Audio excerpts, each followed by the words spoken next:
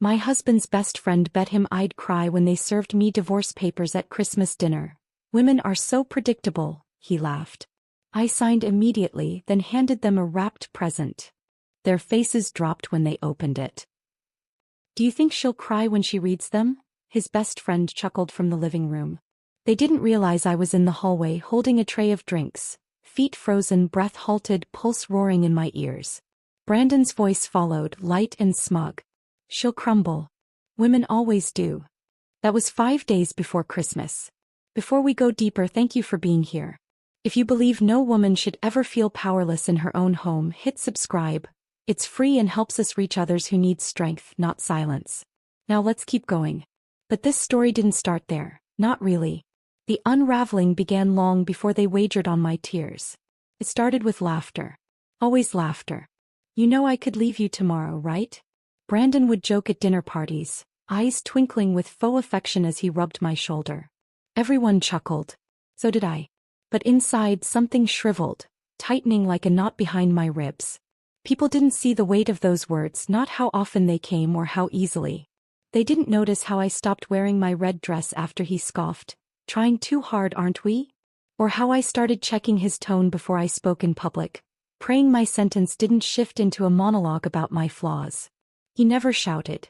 Never raised a hand. Brandon was smarter than that. His words were blades dipped in honey. Don't embarrass me in front of my boss. You know you're lucky I'm still here. I mean, come on, what else would you do without me? Each comment arrived with a grin, a chuckle, a clink of his whiskey glass. I'd smile back. I had learned to smile. At first I defended him to friends. He's just sarcastic, I told Jenny, my childhood best friend, after she caught one of his remarks at a barbecue. He doesn't mean it like that. She didn't look convinced. He doesn't have to mean it. You look like you're disappearing. Maybe I was. I stopped posting on social media. I started missing book club meetings. Calls from my sister went unanswered more often than not.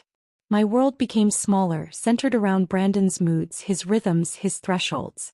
He liked control. Subtle control. When my mother came to visit, he made sure to remind me how messy I'd left the kitchen. Loudly. When I forgot to pick up dry cleaning, he'd mutter under his breath, useless. Just loud enough for me to hear. Just soft enough to deny. Still, I convinced myself this was marriage. Maybe not a fairy tale, but stability. Longevity. At least he didn't cheat. At least he wasn't violent. At least. Then came the gala. We were 2 glasses of champagne into a company fundraiser when he turned to me, eyes glazed with alcohol and contempt. You're just like the rest of them, he muttered under his breath as the seal walked by. Always wanting more. Always clinging. Needy. My mouth went dry. My face stiffened with the familiar flush of shame. I didn't ask what triggered it, I rarely did anymore. When we got home, he slammed the door and went straight for the liquor cabinet. I followed him with measured steps, poured him another drink and handed it to him with a smile I had practiced to perfection. You know, I said gently, maybe we should sign something. Just in case. You always joke about leaving. Why not make it official? He laughed. A deep, careless laugh. You really think I need a prenup to protect my fantasy football winnings? He scribbled his name on a napkin beside him. There. Go get it notarized if you're that scared. Then he passed out on the couch. He forgot about that napkin by morning. But I didn't. I had it notarized within 24 hours. Jenny helped. She didn't ask questions, just looked at me with quiet understanding and handed me a pen. I folded that document and slid it into a fireproof envelope. Stored it in the back of a filing cabinet beneath a folder labeled Tax Receipts 2020. Then I emailed a scanned copy to a private email Jenny had set up for me years ago, just in case. That night I cooked dinner like normal. I asked Brandon about his day. I laughed at his impressions of his coworkers. I cleared the dishes and wiped down the counters while he scrolled on his phone. He didn't notice the way I had started looking at him.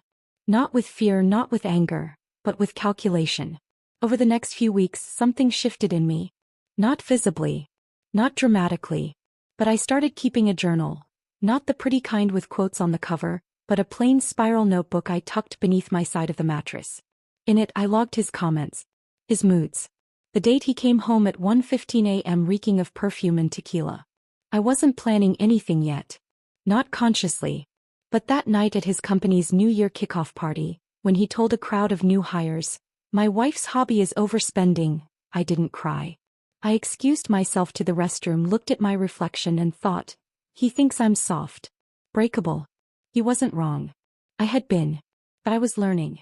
A few months later, while folding laundry, I found a receipt in his jeans. 2 wine glasses, an expensive hotel room, and strawberries from room service. Dated Valentine's Day. We'd spent it apart. He'd claimed he was out of town for work. I didn't confront him. I scanned it, stored it, locked it. It became a quiet pattern. A private ritual. Evidence, not emotions.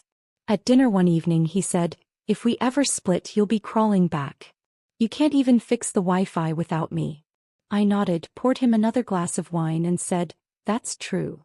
I no longer believed it. There's a particular kind of silence that grows in households like ours. It's not peaceful. It's tight, like a thread pulled through too many stitches waiting to snap. Every room echoed with conversations we never had. Every smile I wore came with a side of nausea. Then one night I woke to a nightmare, his voice in my dream echoing, "You'll have nothing." I sat up, sweating, heart pounding. And something in me whispered, "That's not true anymore." I had the document. The timelines. And I had time. That was the night I stopped pretending. From that point on, I wasn't his wife. I was his shadow.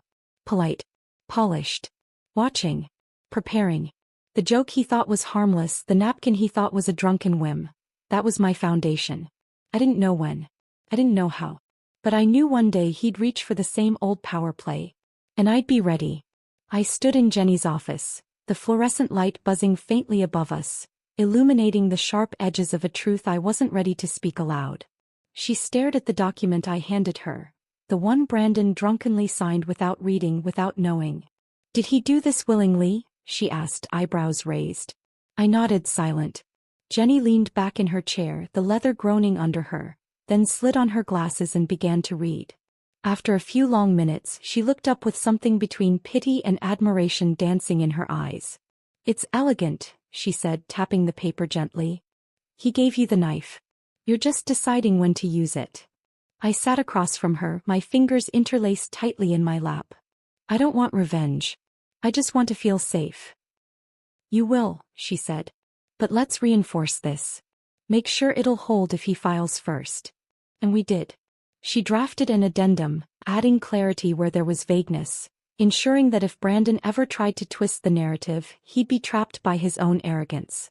We included provisions he'd never think to contest: spousal protections, financial splits, evidence of voluntary signing. He had written his name. Dated it. In his handwriting. No coercion. No pressure. Just a smug moment turned irreversible. Jenny gave me a flash drive, a printed copy, and a look I hadn't seen from her since we were kids plotting mischief behind our school library. Except this time it wasn't mischief. It was war strategy. And we were playing the long game. "I'll hold on to a copy too," she said as I stood to leave. "Just in case." That night I returned home to Brandon watching a football game, beer in hand, socks tossed haphazardly on the living room floor. I paused at the threshold, watching him laugh at a replay, the noise from the TV bouncing off the walls like echoes from a life I no longer belonged to. "Dinner's almost ready," I said. He grunted in acknowledgement. That was the beginning of my performance. And I played the role better than I ever thought I could. I became the wife he bragged about, polished, pleasant, poised. When he made comments about my spending habits in front of friends, I laughed along. When he bragged about his promotion at his company's annual party, I kissed his cheek and toasted him with a bright smile, even though I knew he got the job because his supervisor wanted him gone from his current department. I no longer argued when he was cruel. I complimented his taste in wine, his choice of restaurants, even his new aftershave, though it smelled nothing like the one he used when we first met. He thought I was softening. What he didn't see was that I was sharpening. Brandon began to relax again, believing the fire in me had burned out. His behavior grew more careless. More entitled. He started coming home late without excuses. Left his phone face up on the counter, messages flashing briefly across the screen from numbers saved without names. I saw one from Mem. It read, "Tonight? Same hotel?" He left for the gym 10 minutes later. I opened our shared laptop, synced his phone's data to my cloud folder, and forwarded the screenshots to the private email Jenny had set up for me. I didn't cry. I didn't even flinch. Instead, I went to the kitchen and made lasagna, his favorite. He came home to a hot meal and a warmer smile. It was the best he'd eaten all week. At a barbecue a few weeks later, his best friend Nate cornered him near the grill, beer sloshing as he gestured animatedly. "She'll fall apart if you leave her, man," he laughed. "Too dependent. You've got it made." I was standing a few feet away, carefully arranging a fruit tray. I didn't flinch then either. Instead, I placed the strawberries in a perfect spiral, one red slice at a time. Brandon joined me moments later and wrapped his arm around my waist, pressing a kiss to my cheek like he hadn't disappeared the night before without explanation. "You look beautiful today," he said. I smiled. "Thank you, sweetheart." The day after the barbecue, I started recording phone calls. Only the ones that mattered. The quiet conversations when he slipped up, said too much, laughed too hard at things no loving husband should laugh at. I labeled each file by date and stored them meticulously. I felt like a spy in my own home. But I wasn't seeking revenge. Not then. I was building a parachute. Quietly. Carefully. Because when you live in a house made of cracks, you don't wait for it to collapse. You learn where to step and when to jump. I even bought a planner and began marking days with tiny symbols. An X for his late returns, a star for suspicious charges, a dot for lies I could prove. To anyone else it looked like grocery lists and meal plans. To me it was a map. Eventually I stopped reacting at all. I became a mirror. He saw in me only what he wanted to see. A woman who had stopped resisting, who had shrunk herself to fit neatly into the narrow space he'd carved for her. And so he got bold. He started leaving cash out in the open, large withdrawals he never explained. He went on business trips with luggage full of cologne and pressed shirts he never used for Zoom calls. One day I found lipstick on a receipt. The shade was called Temptress Red. I wasn't offended. I made a note. The final confirmation came 2 weeks before Christmas. Brandon had a few drinks and fell asleep on the couch with his phone unlocked. I glanced down as a message thread flickered to life. She doesn't suspect a thing. I'll file on Christmas. Want front row seats?" Attached was a laughing emoji and a gif of a woman sobbing into a tissue. My fingers didn't tremble. My stomach didn't turn. I read the message twice, screenshot it and emailed it away. Then I deleted it from the conversation entirely. That night as I lay beside him, I stared at the ceiling and thought about candles, cranberries and carved turkey. Christmas. He was planning my downfall like a party trick. He thought I'd break. But I'd already chosen the date. The witnesses. The setting. He wasn't the only one with a performance prepared. Because he'd forgotten something critical. When you hand someone a knife, you don't get to act surprised when they learn how to wield it. The Christmas table gleamed like something out of a magazine. Perfect, curated, falsely warm. A flickering garland framed the windows, candles flickered in glass holders, and the roast turkey glistened beneath Brandon's carving knife as he grinned like the proud patriarch. He wore the sweater I bought him last year, maroon with small reindeer stitched across the chest.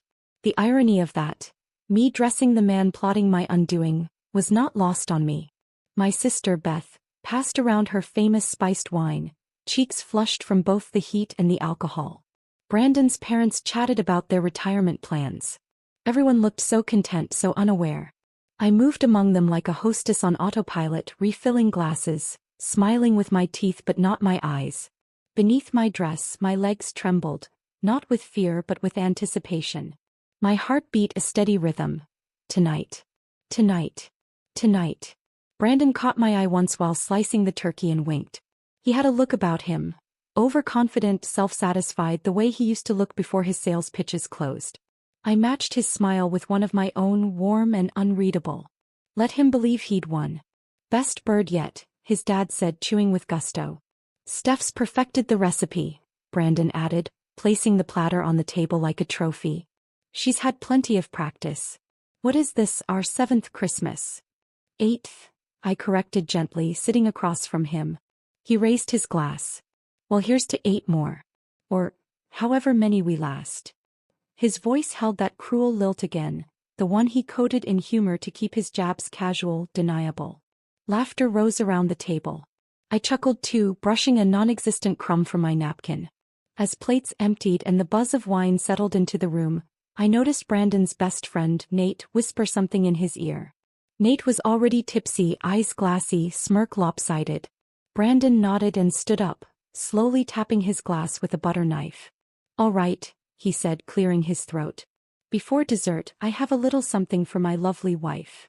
I glanced at Beth, who gave me a smile of genuine delight, expecting maybe a necklace or a handwritten note.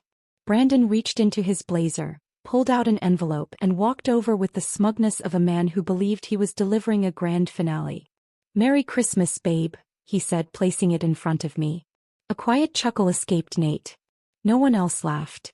The envelope was out of place, plain white, no bow, no card. I looked at it for a moment before opening it calmly. The table hushed. My eyes scanned the first line. Petition for dissolution of marriage. Already signed. Already filed. He had even highlighted a section at the bottom like a schoolboy showing off his work. I looked up. His smile was wide. Expectant. So I smiled back. "Thank you," I said softly, almost sweetly. Pause. A flicker of confusion passed across his face. Nate shifted uncomfortably beside him. I reached into my clutch and pulled out a sleek silver pen. Clicked it. Signed the papers in one elegant stroke. Dated it. Capped the pen and handed them back. Done. I could feel Beth stare on me wide-eyed. Brandon blinked, caught off guard. "That's it?" he asked, voice too casual. "That's it," I echoed, sliding the envelope back toward him. Then, without missing a beat, I reached under the table and lifted a gold-wrapped box, placing it right between his plate and his ego. "What's this?" he asked. "Your real gift," I said. He hesitated, then tore at the wrapping, revealing a leather folder. He opened it, and the moment he read the first line, the color drained from his face. His lips moved silently for a moment, reading. Rereading. Dated. Notarized. Ironclad. The prenup he had laughed through. Signed with the same hand now clutching the edge of the table. "What is this?" Nate asked, leaning in. Brandon didn't answer. So I did. "It's the agreement Brandon signed nearly a year ago. It's been updated, reinforced, and filed." "But I filed first," Brandon said, as if that nullified reality. "Which makes it legally binding under your terms," I replied with a calm smile. "Every asset. Every clause. You gave it to me." Nate's mouth parted slightly. "Holy. You okay, man?" Beth's husband asked from across the table. Brandon didn't respond. His eyes were still glued to the document. The same eyes that once scanned spreadsheets and contracts for inconsistencies missed this one glaring clause in his own life. And then I reached into my purse again. "One last thing," I said. I placed a small square envelope on the table, thinner than the first. He stared at it as if it might explode. He opened it slowly, brows furrowed. Inside was a sonogram photo. Brandon looked at it, then at me. "I'm pregnant," I said, my voice even. 8 weeks today." His expression cracked just slightly. His eyes darted around the table. For a fleeting moment he smiled, almost involuntarily. But that smile withered the moment his brain caught up to his ego. Prenup. Pregnancy. Assets. Custody. The room felt like it was tilting. The weight of everything he thought he controlled now pressing down like a slab of stone. "You planned this," he said finally, voice barely above a whisper. I met his eyes, steady and cold. "You bet I'd cry." "You laughed. Called me predictable." "So no, Brandon, I planned nothing. I prepared." The silence was thick, dense with the kind of realization that doesn't crash but creeps. I took a sip of my wine. The sweetness of cinnamon clung to my lips. Brandon's mother pushed her chair back slightly, her face ashen. Beth gently reached for my hand beneath the table, her thumb brushing against mine in quiet solidarity. Nate tried to speak but ended up shaking his head and looking away. Brandon stared at the prenup like he could rewrite it with sheer will. He couldn't. I stood slowly and began clearing the dessert plates that hadn't yet been filled. My hands didn't shake. My breath remained even. "Apple pie or pecan?" I asked the table. No one answered. Brandon sat frozen, flanked by the wreckage of his illusion. And I wasn't broken. I was just getting started. Brandon sat there, shoulders stiff, mouth slightly open, as if the words he'd just said had choked him mid-thought. "You planned this." But I barely heard him anymore. He was staring at the prenup in front of him like it was some ancient curse etched into parchment. Only he'd written every line himself.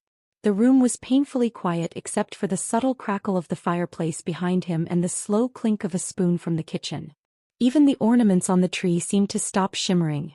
Then his eyes dropped to the sonogram photo still lying in his lap. He looked at it like it might vanish if he blinked. The faintest twitch passed through his jaw. "Steph," he started. But I stood straighter. "No." Just one word, calm but firm. He blinked slowly, like he was recalibrating what version of me he was speaking to. His voice cracked slightly. "You don't have to do this." "Oh, but I'm not doing anything," I replied, lifting my wine glass without looking at him. "You already did." To my right, his mother sat hunched forward, lips pressed into a tight line, the pearls around her neck trembling slightly with every shallow breath. His father had removed his glasses and was cleaning them with the edge of his napkin, though they weren't smudged. Beth's husband reached for more wine and thought better of it. Nate, still seated uncomfortably at the end of the table, scratched the back of his neck, the weight of his own smugness now collapsing onto him like a broken roof. My cousin Rachel stared at me from across the table, wide-eyed, her spoon hovering halfway between her mouth and her bowl of untouched sweet potatoes. I scanned their faces slowly, taking in every expression. Disbelief, shame, confusion, awe. It was better than any monologue. Their silence was the standing ovation I never needed to ask for. Brandon leaned back in his chair, running a hand through his hair.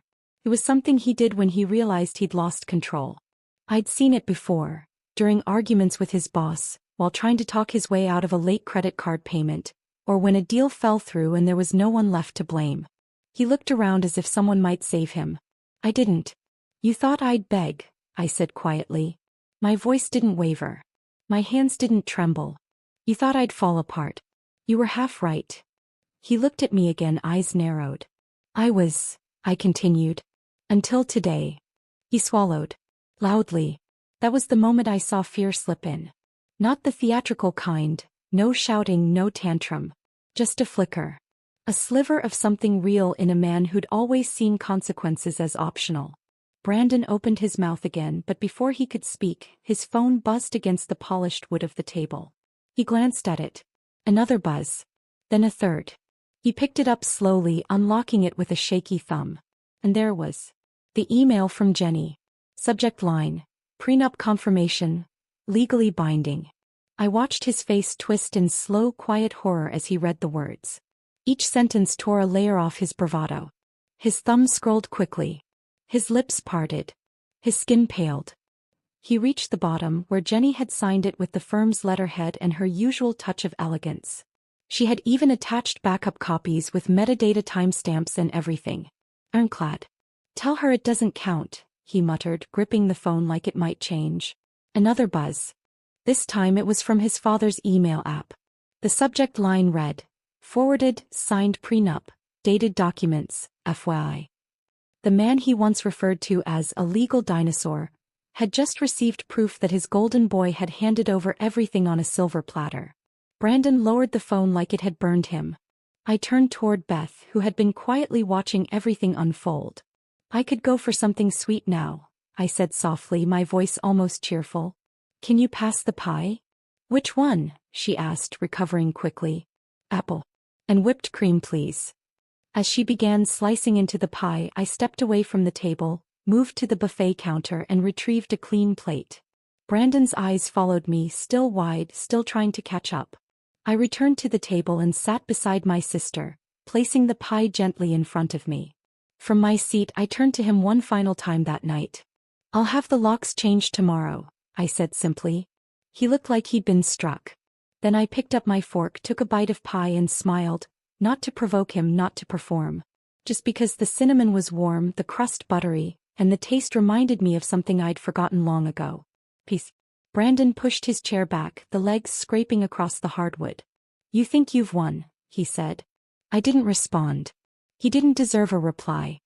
He stormed out of the room, leaving the prenup, the sonogram, and the remains of his pride on the dining table. For a few seconds no one spoke. Then Beth exhaled sharply beside me. "I always hated that sweater," she muttered. Laughter flickered through the room, soft, unsure at first, then growing. Rachel laughed nervously. Even Brandon's mother chuckled faintly, covering her mouth with a napkin, though she quickly looked away. I took another bite of pie and leaned into Beth. "Merry Christmas," I whispered. She rested her head briefly against my shoulder. There were no fireworks. No shouting. No overturned chairs or broken dishes.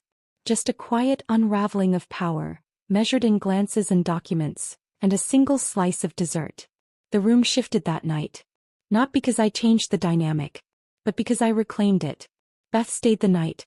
After Brandon slammed the door behind him, she just looked at me and said, "You're not waking up alone tomorrow." She didn't have to say more. We slept in the guest room, me curled on my side, one hand resting on the gentle rise of my belly. Her hand brushed mine briefly in the dark, wordless and warm. I hadn't realized how tightly I'd been holding my breath for the past few years until that night. When I finally exhaled, it felt like someone else's breath, someone I didn't recognize. By morning, Brandon was gone. No note. No call. Just silence. I came downstairs and found the coffee pot cold, the front door locked from the inside, and his keys missing from the hook. I made myself breakfast for the first time in weeks without having to second-guess the clink of my fork or the sound of the toaster popping. By 9 a.m. I had the locksmith on the phone. "Emergency or standard change?" "Standard," I said, then paused. "But make it fast." He came that afternoon. A quiet man with kind eyes who didn't ask questions when I handed him Brandon's old keys and said, "Make sure none of these work anymore." When he left, I stood in the foyer with a new key in my hand and realized this was the first thing I'd owned alone in years. Not the house itself, not yet, but the feeling. The certainty. That evening I moved into the master bedroom. It still smelled like his cologne, faint traces of something expensive and cold. I opened every window, let the December wind run through the space, stripped the sheets and bundled them into trash bags. I found an old box of sandalwood candles in the closet, ones I used to love before he said they gave him headaches. I lit 3, set them on the dresser and watched the light shift across the walls like they were dancing just for me. The next day his mail started arriving with red stamps across the envelopes. Final notice, past due, immediate action required. I stacked them neatly on a side table near the door. I didn't forward a single one. Jenny called that evening, her voice practically bubbling. "You won't believe this," she said. "Actually, you will. Brandon's lawyer called this morning. His face must have been priceless when he realized what you've been sitting on." I smiled into the phone, curling into my blanket. "Is it official?" "He lost 70% overnight," she replied. "And with a baby on the way," she paused for dramatic effect, "he's going to be cutting a check so big he'll need a payment plan." My smile widened, not for the money, not even close, but because I could finally sit in my own living room without bracing myself for war. "I'm proud of you," Jenny added softly. That nearly broke me. "Thanks," I whispered, "for staying when I didn't even know I needed someone. You've always been strong, Steph. You just finally let yourself believe it." The fallout was quiet at first, like snow melting instead of avalanching. Some friends unfollowed me. Some chose sides. A few sent me cautious texts full of disclaimers and, "I'm not taking sides," but others were bolder. One message from a woman I hadn't spoken to in 2 years simply read, "I wish I had your strength." A bouquet of peonies arrived at my doorstep days later. No name, just a card. "About time. C. Brandon's assistant. Claire." I smiled and placed the flowers on the mantel. Of course she knew. It was only a matter of time before word spread at his office. The man who had once made jokes about training wives like interns suddenly lost his audience. His best friend Nate stopped laughing in meetings. The comments stopped. The swagger. Apparently his team noticed he'd been leaving early, muttering under his breath, ignoring deadlines. I overheard Beth's husband on the phone with someone later that week. "Nah man. He's been off. Like, haunted. Haunted. Good." The man who once said I'd be nothing without him now walked alone at lunch, forgotten in a world that once cheered for his cruelty. Me. I started buying lavender soap again. I painted the nursery soft sage green, a color he once called pointless. I hung tiny string lights around the window and placed a stuffed giraffe in the corner. I started lighting candles after dinner and drinking herbal tea in the sunroom, barefoot, unbothered. One evening I caught myself humming while folding laundry, something I hadn't done since my second anniversary. I bought new bedsheets, white with tiny gold stars, and slept diagonally across the mattress because I could. One afternoon I passed Brandon on the street. He was coming out of a bank, talking into his phone, looking irritated. He didn't notice me. Or maybe he did but didn't know what to say. I kept walking. Later Jenny sent me a screenshot. Brandon's firm had removed his name from the quarterly newsletter. I replied with a single thumbs up emoji. Then I made tea and watched the wind dance through the curtains. It wasn't about revenge anymore. Not really. It was about small things. Freedom. Peace.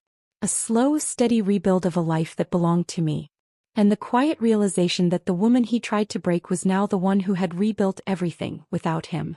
The first time I felt her kick, I was standing barefoot in the kitchen, humming along to an old Nina Simone record while slicing peaches for a pie.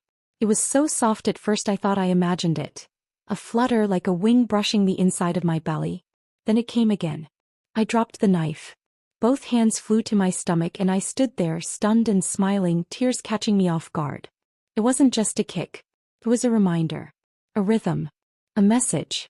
You're not alone. He was real. Growing. Strong. And so was I. That night, I wrote in my journal for the first time in weeks. I kept the entry short but deliberate. This baby will never hear yelling through a door.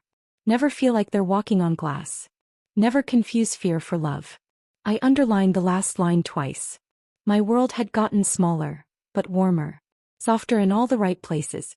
My cousin Elena moved into the guest room during my second trimester. She arrived with 2 suitcases and a basket of homemade lavender muffins, wearing her usual oversized hoodie and the same gold hoops she'd worn since college. "I'm not letting you do this alone," she said.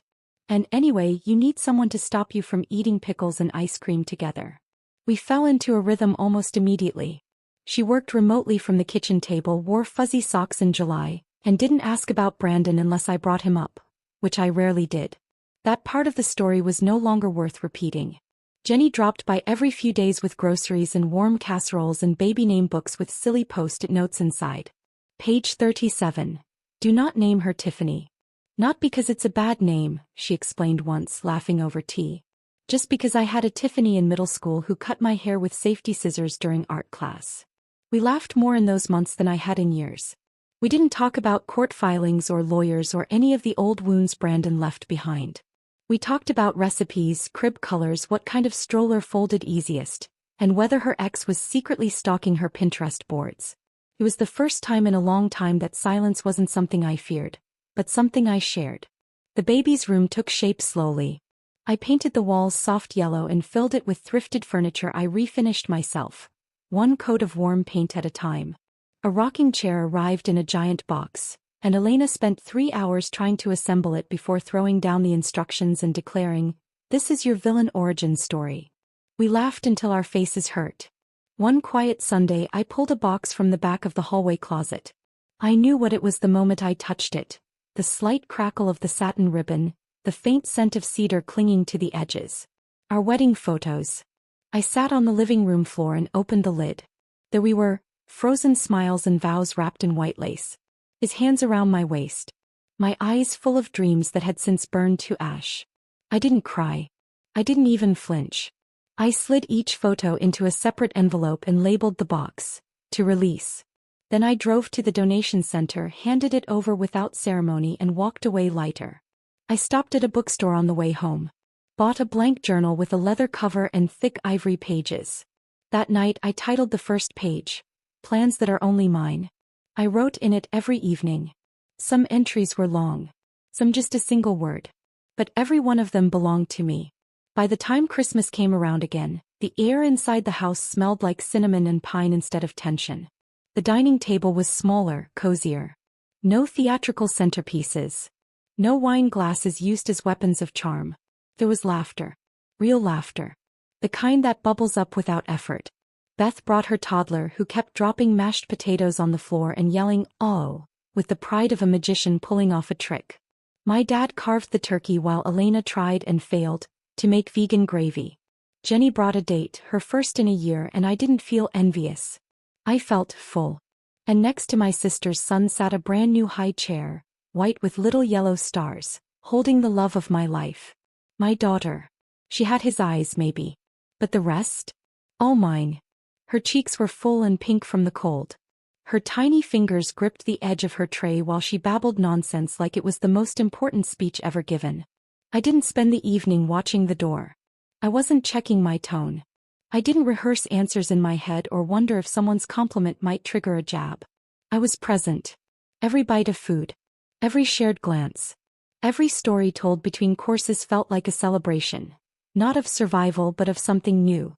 After dinner, I curled into the armchair by the fireplace, my daughter asleep on my chest, her tiny breaths warming the fabric of my sweater.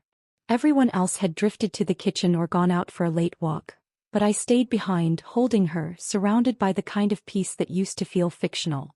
I took a sip of my cocoa and whispered to her softly, "He said I'd be nothing without him." She stirred slightly, her fingers curling. I kissed her forehead and smiled. "Turns out," I murmured, "I'm everything without him." If this story of calm power and perfect timing gave you chills, hit that like button right now. My favorite part was when she slid that gold-wrapped box across the table. What was your favorite moment? Tell me in the comments below. For more stories of strength, smart revenge, and emotional justice, subscribe and tap the notification bell so you never miss a moment.